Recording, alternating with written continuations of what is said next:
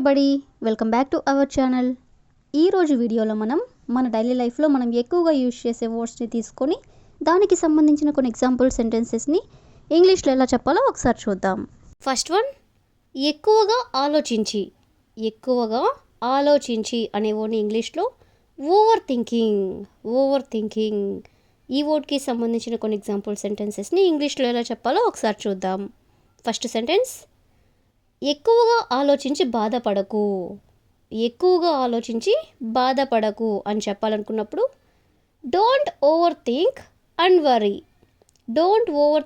Worry అంటే ఎక్కువగా ఆలోచించి బాధపడకు. నెక్స్ట్ వన్, ఎక్కువగా ఆలోచించకు అని చెప్పాలనుకున్నప్పుడు డోంట్ ఓవర్ థింక్ అంటే ఎక్కువగా ఆలోచించకు. నెక్స్ట్ వన్, ఎక్కువగా ఆలోచించి నీ సమయాన్ని వృధా చేసుకోకు. ఎక్కువగా ఆలోచించి నీ సమయాన్ని వృధా చేసుకోకు అని మనం ఎవరికైనా చెప్పాలనుకున్నప్పుడు don't waste your time over time అంటే నీ సమయాన్ని వృధా చేసుకోకు. ఓవర్ థింకింగ్ అంటే ఎక్కువగా ఆలోచించి.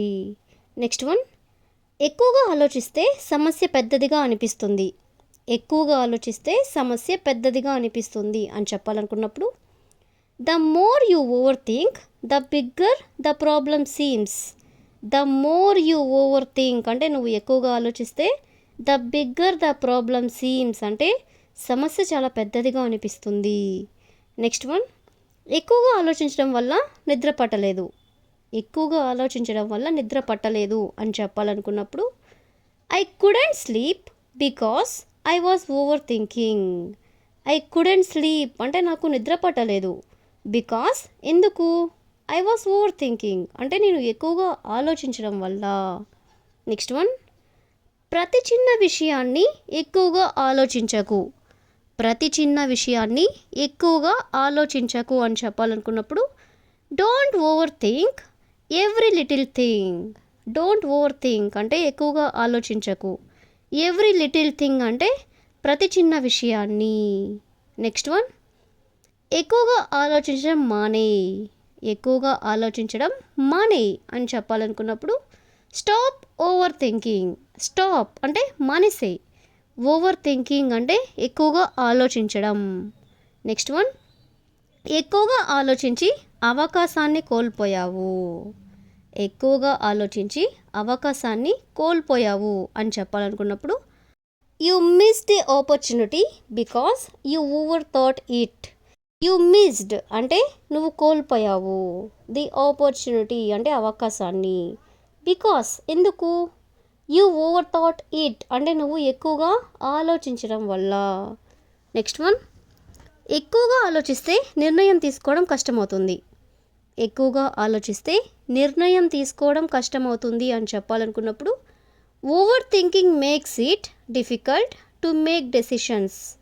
ఓవర్ థింకింగ్ అంటే ఎక్కువగా ఆలోచిస్తే మేక్స్ ఇట్ డిఫికల్ట్ అంటే కష్టమవుతుంది. టు మేక్ డెసిషన్స్ అంటే నిర్ణయాలు తీసుకోవడం. నెక్స్ట్ వన్, నాకు ఎక్కువగా ఆలోచించే అలవాటు ఉంది అని చెప్పాలనుకున్నప్పుడు I have a habit of overthinking అంటే నాకు ఎక్కువగా ఆలోచించే అలవాటు ఉంది. నెక్స్ట్ వన్, ఎక్కువగా ఆలోచించి నీ మనశ్శాంతిని పోగొట్టుకోకు అని చెప్పాలనుకున్నప్పుడు don't lose your peace of mind by overthinking. అంటే నీ మనశ్శాంతిని కోల్పోకు. బై ఓవర్ థింకింగ్ అంటే ఎక్కువగా ఆలోచించి. నెక్స్ట్ వన్, జరిగిన విషయం గురించి ఎక్కువగా ఆలోచించకు అంటే జరిగిపోయిన విషయం గురించి ఎక్కువగా ఆలోచించకు అని ఎవరికైనా చెప్పాలనుకున్నప్పుడు don't overthink what happened. అంటే ఎక్కువగా ఆలోచించకు.